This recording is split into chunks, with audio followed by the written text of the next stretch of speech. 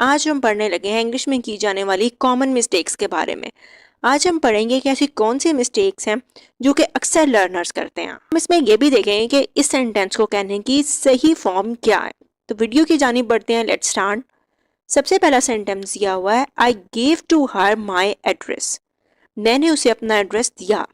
अब गेव यहाँ पे पास्ट फॉर्म दी हुई है, V two. Give first form, give second, given third form. अब जब हम इस तरह लिख रहे हैं, I gave to her my address, तो यहाँ पे टू की जरूरत नहीं है, ये हो जाएगा I gave her my address. अगर हम इसको इस तरह से लिखते हैं, I gave my address to her, तो अगर हम टू हर एड्रेस के बाद लिखते हैं तब हम लिखेंगे टू, लेकिन अगर इसको दरमियान में इस तरह से लिखा जा रहा है तब यहाँ पे टू लगाने की कोई जरूरत नहीं है। I gave her my address सही तरीका है कहने का। She did not see nothing, इसका सेंटेंस का मतलब है उसने कुछ नहीं देखा था। तो एक तो ये नोट आ गया। अब नथिंग का मतलब भी कुछ नहीं होता, तो यानी इसमें दो नेगेटिव आ गए हैं। और इंग्लिश का ये रूल होता है कि जब दो नेगेटिव एक सेंटेंस में आ जाए तो यहाँ भी हम एक पॉजिटिव वर्ड का इस्तेमाल करेंगे। जिस तरह हम मैथ्स में अलजेब्रा में करते हैं, माइनस माइनस मिलकर पॉजिटिव बन जाते हैं, बिल्कुल इसी तरह अगर इंग्लिश में दो नेगेटिव आ गए हैं तो एक यहाँ पे पॉजिटिव वर्ड आएगा। अब ये सेंटेंस इस तरह से हो जाएगा, she did not see anything, उसने कुछ नहीं देखा था। तो हम नथिंग दो नेगेटिव इस्तेमाल नहीं करेंगे, एक हमने पॉजिटिव में करना है।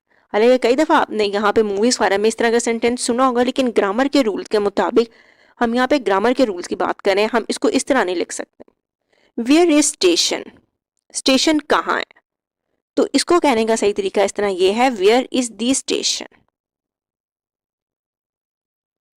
आई हैव डन अ मिस्टेक, मैं गलती कर चुकी हूँ। अब आई हैव डन अगर देखें तो डू का मतलब करना होता है, यहाँ हैज हैव के बाद थर्ड फॉर्म लगी हुई है, लेकिन गलती करने को इंग्लिश में कहते हैं मेक अ मिस्टेक। अब क्योंकि हैज हैव के बाद की हम बात कर रहे हैं तो मेक की थर्ड फॉर्म होती है made.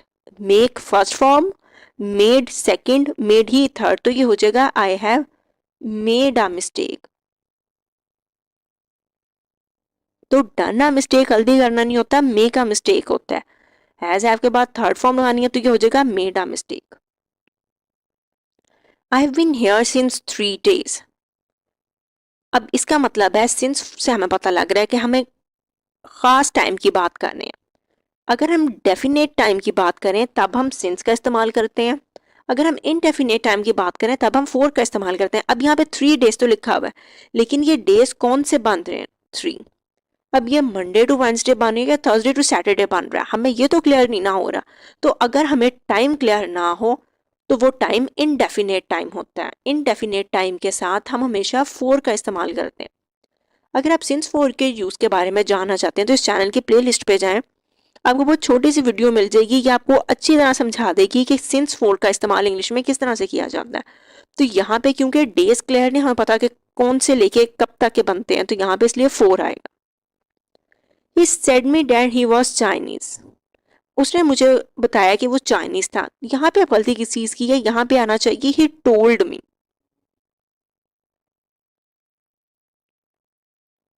He told me that he was Chinese। इसके बाद है I'm boring in the class। यहाँ पे गलती किस चीज की है, यहाँ बोरिंग नहीं आना चाहिए। कोई चीज जो कि कॉज बनती है वो आप बोरिंग होती है। अगर आप अपनी स्टेट बता रहे हैं तो आप बोर्ड हैं, तो यहाँ पे बोर्ड आएगा, बोरिंग नहीं आएगा। क्लास बोरिंग है, आप जो फील कर रहे हैं आप बोर्ड हो गए, तो यहाँ पे बोरिंग नहीं आ सकता। We waited during 6 hours। हमने 6 घंटे तक इंतजार किया। अब यहाँ पे भी ड्यूरिंग नहीं आना चाहिए, 6 घंटों की बात की जा रही है। कौन से 6 घंटे बन रहे हैं हमें क्लियर टाइम नहीं पता, तो इनडेफिनेट टाइम के साथ हम फोर का इस्तेमाल करते हैं। तो यहाँ पे आना चाहिए वी वेटेड फॉर 6 hours। हमने 6 घंटे इंतजार किया। ही हैज मच मनी, उसके पास बहुत सारे पैसे हैं। अब यहाँ पे मच की मिस्टेक है, जब हम कहना चाह रहे हैं उसके पास बहुत सारे पैसे हैं तब आप कहें he has a lot of money. या अगर आप इसको इस्तेमाल नहीं करना चाह रहे, फिर आप एक और वर्ड इस्तेमाल कर सकते हैं, he has plenty of money. Plenty का मतलब भी बहुत ज़्यादा का मीनिंग देने के लिए होता है, PLENTY। He has plenty of money या फिर he has a lot of money.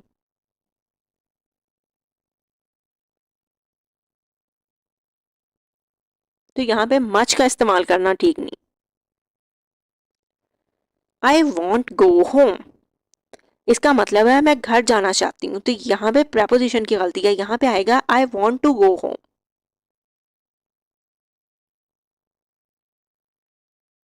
Everybody were enjoying, हर कोई इंजॉय कर रहा था। अब यहाँ पे एवरीबडी के बाद इसको हमेशा सिंगुलर की तरह लेते हैं, तो यहाँ पे आएगा एवरीबडी वॉज इंजॉइंग, हर कोई इंजॉय कर रहा था। यहाँ हेल्पिंग वर्ब की गलती है, इसको हमने बेशक ज्यादा लोगों की बात की जा रही है लेकिन सिंगुलर का हेल्पिंग वर्ब आएगा। Our flat is decorated this week, इस वीक हमारा फ्लैट डेकोरेट किया जा रहा है। अब यहाँ पे हम पैसिव वॉइस की बात कर रहे हैं क्योंकि डेकोरेट करने वाला कौन है उसको हमें नहीं पता। तो इसका मतलब है हम इसको इस तरह से कहेंगे, our flat is being decorated this week, इस वीक हमारा फ्लैट डेकोरेट किया जा रहा है। तो यहाँ पे इज डेकोरेटेड नहीं आना चाहिए, यह होना चाहिए our flat is being decorated this week. I want a completely other colour, मैं बिल्कुल एक अलग कलर चाहती हूँ, मुख्तलिफ कलर चाहती हूँ। तो इसको कहने का अदर कलर की बजाय वर्ड आना चाहिए आई want a completely different colour. Other colour यहाँ पे वर्ड सही नहीं है, यहाँ पे डिफरेंट का वर्ड आना चाहिए, DIFFERENT।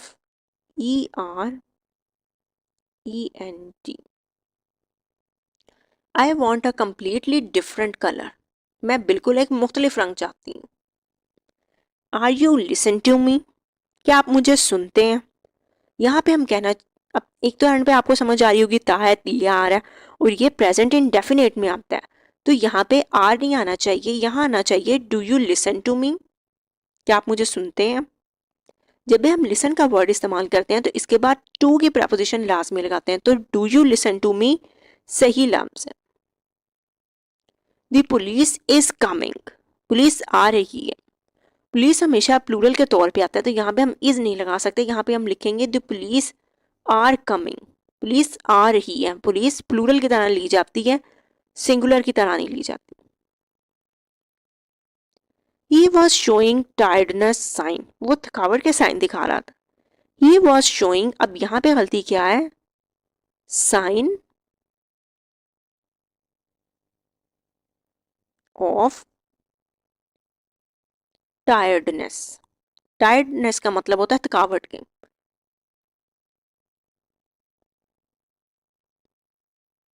तो इसको कहने का बेहतर तरीका है he was showing sign of tiredness. I want a apple, मैं एक एप्पल चाहती हूँ। अब एप्पल से पहले वॉवल साउंड आ रही है, ई या यू, यू की साउंड वॉवल साउंड होती हैं। अब ए भी एक वॉवल साउंड है, AEIOU।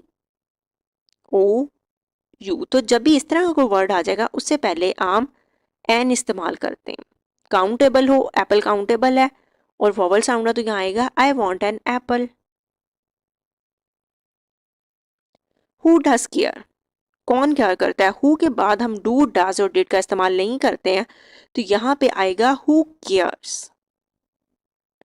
डज भी नहीं आ सकता, डिड भी नहीं आ सकता, डू भी नहीं आ सकता। द फिल्म वॉज बोर्ड, इसका मतलब है फिल्म जो थी वो बोर थी। The film was boring, film boring थी, जो चीज सबब बन रही है बोर होने का। The film was boring, film boring थी, जो आप फील कर रहे हैं बोर्ड आप हुए। तो जब अपनी स्टेट बतानी है तब ईडी लगा देना है, अगर बताना है कोई चीज जो आपकी स्टेट का सबब बन रही है, कॉज बन रही है, उसके साथ ING लगाना है। आई होप आपको इन सारी मिस्टेक्स की करेक्शन अच्छे से समझ आ गई होगी। वीडियो पसंद आई हो तो अपने दोस्तों के साथ जरूर शेयर करें। अगर आप टेंसेस के बारे में सीखना चाहते हैं या ये सीखना चाहते हैं कि हम कम एडजेक्टिव में आईएनजी इस्तेमाल करते हैं या ईडी इस्तेमाल करते हैं तो आप इस चैनल की प्लेलिस्ट पे चले जाएं। आपको इनके साथ साथ और भी मुख्तलिफ वीडियोस मिल जाएंगी जो डिफरेंट सेंटेंसेस की करेक्शन पे हैं। तो आप ईडी वाला एडजेक्टिव भी सीख सकते हैं, आईएनजी वाला भी सीख सकते हैं, टेंसेस भी सीख सकते हैं। अगर ये वीडियो हेल्पफुल लगी हो तो इसे अपने दोस्तों के साथ ज़रूर शेयर करें, लाइक करें, सब्सक्राइब करें।